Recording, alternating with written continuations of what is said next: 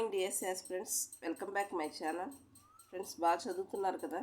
నిన్న అన్ని news papers నుంచి ప్రతి యూట్యూబ్లోనూ మన డిఎస్సి టాపిక్కి మీకు అందరికీ తెలిసే ఉంటుంది. నిన్న ఈవినింగ్ కూడా ఆర్డినెన్స్ జారీ చేశారు, ఎస్సీ వర్గీకరణ మీద జారీ చేశారు. మళ్ళీ ఏజ్ రిలాక్సేషన్ కూడా వచ్చింది. సో అంతా మీరు బాగా ప్రిపేర్ అవుతున్నారని అనుకుంటున్నాను. మనం చెప్పాల్సింది ఏంటంటే, మనం టాపిక్ చదువుకుంటానే మనల్ని మనం మోటివేట్ చేసుకున్నాం. ఓకేనా? చూడండి, నైన్త్ క్లాస్ మొత్తం ఆల్ టాపిక్స్ అయిపోయినాయి. ఈరోజు ఈ టాపిక్ నుంచి ప్రజాస్వామ్య హక్కులు ఇదొకటి చెప్పుకుంటే ఈ టెక్స్ట్ బుక్ కంప్లీట్ అయిపోద్ది. టెక్స్ట్ బుక్ కంటెంట్ బాగా చదివేసిన వాళ్ళు, టెక్స్ట్ బుక్స్ బాగా చదివేసిన వాళ్ళు నా బిట్స్ బాగా ప్రాక్టీస్ చేస్తే ఒక్క బిట్ కూడా బయటికి పోదాని అనుకుంటున్నాను. సో ఈరోజు టాపిక్ వచ్చి ప్రజాస్వామ్య హక్కులు. ఓకేనా? ప్రజాస్వామ్య హక్కులు. ఇక్కడ ఇప్పుడు thumbnail చూశారు కదా మీరు అందరూ. ఇప్పటికైనా మేల్కొని చదవండి. ఇంకా డిఎస్సి పోస్ట్ పోన్ అవుద్దేమో, డేట్స్ పెంచుతారు, టైం ఇంకా ఎక్కువ ఇస్తాడేమో, ఇది ఆలోచించుకోకండి. ఉన్న టైంని మనం సద్వినియోగం చేసుకుందాం. మనం ఎన్నో సంవత్సరాలు కష్టపడి ఆ నోటిఫికేషన్ కోసం ఎదురు చూస్తూ ఉన్నాము. కాబట్టి ఈ టైం మనకి చాలా ఇంపార్టెంట్. ఎంత ఇంపార్టెంట్ అంటే మాటల్లో చెప్పరేమో. నాకైతే అంటే మరీ 45 days అంటే చాలా కొంచెం తక్కువేమో అనిపిస్తుంది. ఒక 60 days అన్నా ఇస్తే బాగుంటుంది. అంటే ప్రాక్టీస్ చేయడానికి. కానీ ఈ 45 daysలో మనకున్న సిలబస్ ఎక్కువగా ఉంది. సో అవన్నీ చదవాలంటే కొత్త టెక్స్ట్ బుక్స్ చాలా కష్టం కదా. సో చూడండి, ఇప్పుడు టాపిక్లోకి అయితే వచ్చేద్దాం. ప్రజాస్వామ్య హక్కులు. క్యూబా దేశానికి దగ్గరలో ఉన్న ప్రదేశం మరియు అమెరికా నౌకాదళ నియంత్రణ ప్రదేశం. ఇది ఈనాడు పేపర్లో ఉన్న బిట్స్. ఈనాడు పేపర్లో కూడా సేమ్ టాపిక్ మీద బిట్స్ అయితే వచ్చినాయి. మీకు ఒకసారి షేర్ చేశాను కూడా, బిట్స్ చూపించాను. ఓకేనా? ఆ క్యూబాకు దగ్గరలో ఉన్న ప్రదేశం అంట. మరియు అమెరికా నౌకాదళ నియంత్రణ ప్రదేశం గ్వాంటినామో బే. అమెరికా సైన్యం ప్రపంచం మొత్తం నుంచి 600 మందిని రహస్యంగా తీసుకొచ్చి ఎక్కడ బంధించిందంటే ఈ గ్వాంటినామో బేలోనే ఉన్న చెరసాలలో, అంటే జైల్లో బంధించింది. 600 మంది ఖైదీల్లో అనాస్ అనే బాలిక తండ్రి జమీల్ ఎల్ బన్నా. న్యూయార్క్లో దాడి జరిగింది ఎప్పుడు? 2001 సెప్టెంబర్ 11. ఈ దాడికి ప్రతిఫలంగా ఏం చేశారంటే ఈ అమెరికా అందరినీ బంధించిందనమాట. సుమారు 600 మందిని బంధించి ఈ జైల్లో పెట్టింది, గ్వాంటినామో బే జైల్లో అనమాట. గ్వాంటినామో బే జైలులో ఖైదీల గురించి సమాచారం సేకరించింది ఆమ్నెస్టీ ఇంటర్నేషనల్. ఇది ఒక అంతర్జాతీయ మానవ హక్కుల సంస్థ. ఓకే ఫ్రెండ్స్, ఎవరన్నా ఫస్ట్ లైక్ చేయకపోతే లైక్ చేయండి, షేర్ చేయండి అండ్ సబ్స్క్రైబ్ చేసుకోండి. ఫస్ట్ టైం చూస్తున్న వాళ్ళు సబ్స్క్రైబ్ చేసుకోండి. ఓకే. ఖైదీలను నిర్దోషులుగా ప్రకటించిన ఫలితాలకు మద్దతు పలికింది ఎవరంటే యుఎన్ఓ స్వతంత్ర విచారణ. అంటే విచారణ జరిపి ఫలితాలకి మద్దతు పలికింది. ఖైదీలని నిర్దోషులుగా అంటే వాళ్ళు నిరూపించలేకపోయారు. నెక్స్ట్, గ్వాంటినామో బేలోని చెరసాల మూసివేయాలని చెప్పింది. అంటే ఆ చెరసాల అనేది మూసివేయాలని చెప్పిందంటే యుఎన్ఓ సెక్రటరీ జనరల్. మీరు కమెంట్ చేయండి, అక్కడ అప్పటి సెక్రటరీ జనరల్ ఎవరో చెప్పండి. ఈ అభ్యర్థనను అమెరికా అంగీకరించలేదు. అంటే మూసివేయాలని అనుకోలేదన్నమాట. సౌదీ అరేబియాలో దేశ పాలన ఎలా ఉంది? అక్కడ వంశపారంపర్యంగా రాజే పరిపాలిస్తాడు. ఇప్పటికీ కూడా రాజుచే పరిపాలించబడుతుంది. సౌదీ అరేబియాలో మత స్వేచ్ఛ ఉందా అంటే లేదు. మత స్వేచ్ఛ అనేది లేదు. సౌదీ అరేబియాలో 2 మహిళల సాక్ష్యం ఒక పురుషుని సాక్ష్యంతో సమానం. కొసావో ప్రాంతం యుగోస్లేవియా ప్రావిన్స్లో ప్రాంతం. కొసావో అనేది ఎక్కడ ఉందంటే యుగోస్లేవియా ప్రావిన్స్లోని ఒక ప్రాంతం అన్నమాట.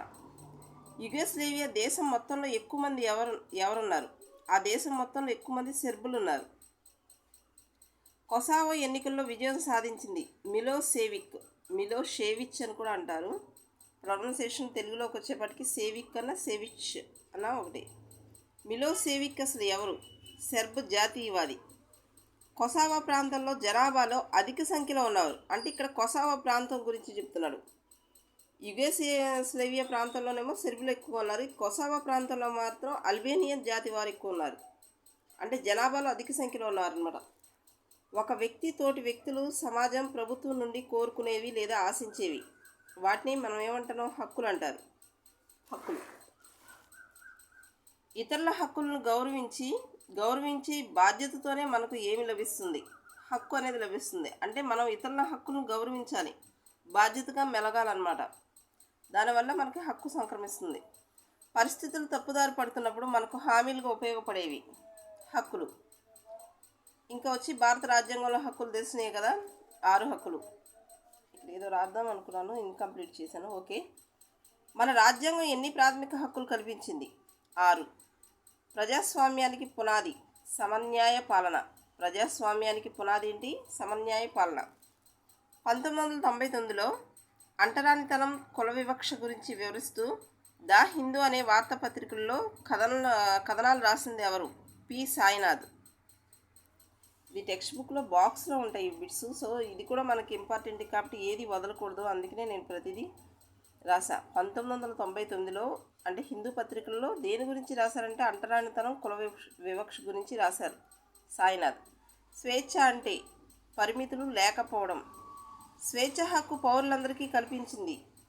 ఏం కల్పించిందంటే వాక్ మరియు భావ ప్రకటన స్వేచ్ఛ, శాంతియుత పద్ధతుల్లో సమావేశమయ్యే హక్కు, సంఘాలు, యూనియన్లు ఏర్పాటు చేసుకునే హక్కు, దేశమంతటా స్వేచ్ఛగా తిరిగే హక్కు, ఏదైనా వృత్తిని, వ్యాపారాన్ని అవలంబించే హక్కు. ఇవన్నీ మనకి ప్రజాస్వామ్యంలో మనకు కల్పించబడిన హక్కులు. ప్రజాస్వామ్యం యొక్క ముఖ్య లక్షణాల్లో ఒకటి వాక్ మరియు భావ ప్రకటన స్వేచ్ఛ. అరెస్టు లేదా నిర్బంధం చేయబడిన వ్యక్తిని అంటే మనం ఎవరన్నా అరెస్ట్ చేయబడ్డారనుకోండి, నిర్బంధం చేయబడితే అసలు ఏ కారణాల వల్ల అనేది మనకు తెలియచేయాలన్నమాట. అంటే అరెస్ట్ మరియు నిర్బంధానికి గల కారణాలు తెలియచేయాలి. ఎందుకు వాళ్ళని అరెస్ట్ చేస్తున్నారు, ఏంటి కారణాలు చెప్పకుండా అరెస్ట్ చేయకూడదు. సటానిక్ వర్సెస్ అనే పుస్తకాన్ని రచించింది, చాలా ఇంపార్టెంట్, సల్మాన్ రష్దీ.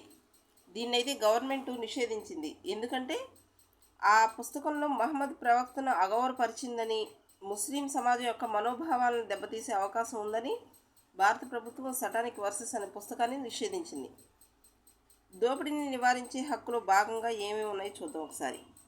మనుషుల అక్రమ రవాణా. ఏ రూపంలో కూడా బలవంతపు చాకిరీని చేయించడాన్ని అంటే బేగారిని నిషేధిస్తుంది అన్నమాట. బలవంతపు చాకిరీ అంటే బేగారిని నిషేధిస్తుంది. బాల కార్మిక వ్యవస్థను నిషేధించడం. ఓకే, ఇవన్నీ దోపిడీని నివారించే హక్కులో భాగం. బాండెడ్ లేబర్ అంటే వెట్టి చాకిరీ. బాండెడ్ లేబర్ అంటే వెట్టి చాకిరీ. లౌకిక రాజ్యం అంటే ఏంటి? ఏ ఒక్క మతాన్ని అధికారిక మతంగా ప్రకటించకూడదు. ప్రభుత్వం అనేది ఏ ఒక్క మతాన్ని కూడా అధికారికంగా ప్రకటించదనమాట. అంటే ఏంటి? తటస్థంగా ఉండిపోద్ది. తెలుగు మాట్లాడే ప్రజలు ఆంధ్రప్రదేశ్లో మెజారిటీగా ఉన్నారు. కానీ వారు కర్ణాటకలో వాళ్ళని ఏమంటారంటే మైనారిటీలు అంటారు. తెలుగు ఏపీలో ఎక్కువగా మాట్లాడతారు, కానీ అదే కర్ణాటక వెళితే వాళ్ళని మైనారిటీలు అంటారు.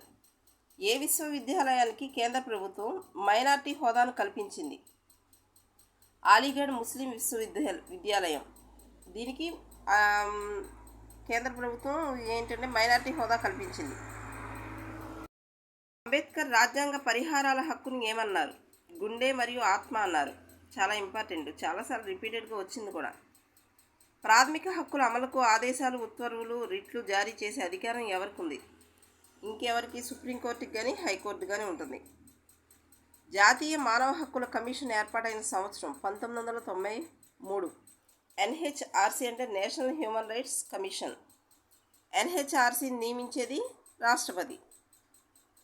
ఎన్హెచ్ఆర్సీలో సభ్యులు ఎవరుంటారంటే రిటైర్డ్ న్యాయమూర్తులు, అధికారులు, ప్రముఖ పౌరులు ఉంటారు. ఎన్హెచ్ఆర్సీని ఎన్హెచ్ఆర్సీ అనేది స్వయంగా దోషులను శిక్షించగలదా? శిక్షించలేదన్నమాట. మానవ హక్కుల కోసం ప్రచారం చేసే వాలంటీర్ల యొక్క అంతర్జాతీయ సంస్థ ఆమ్నెస్టీ ఇంటర్నేషనల్. ఫ్రెండ్స్, టోటల్గా ఈ లెసన్లు ఇవే బిట్స్ వచ్చినాయి.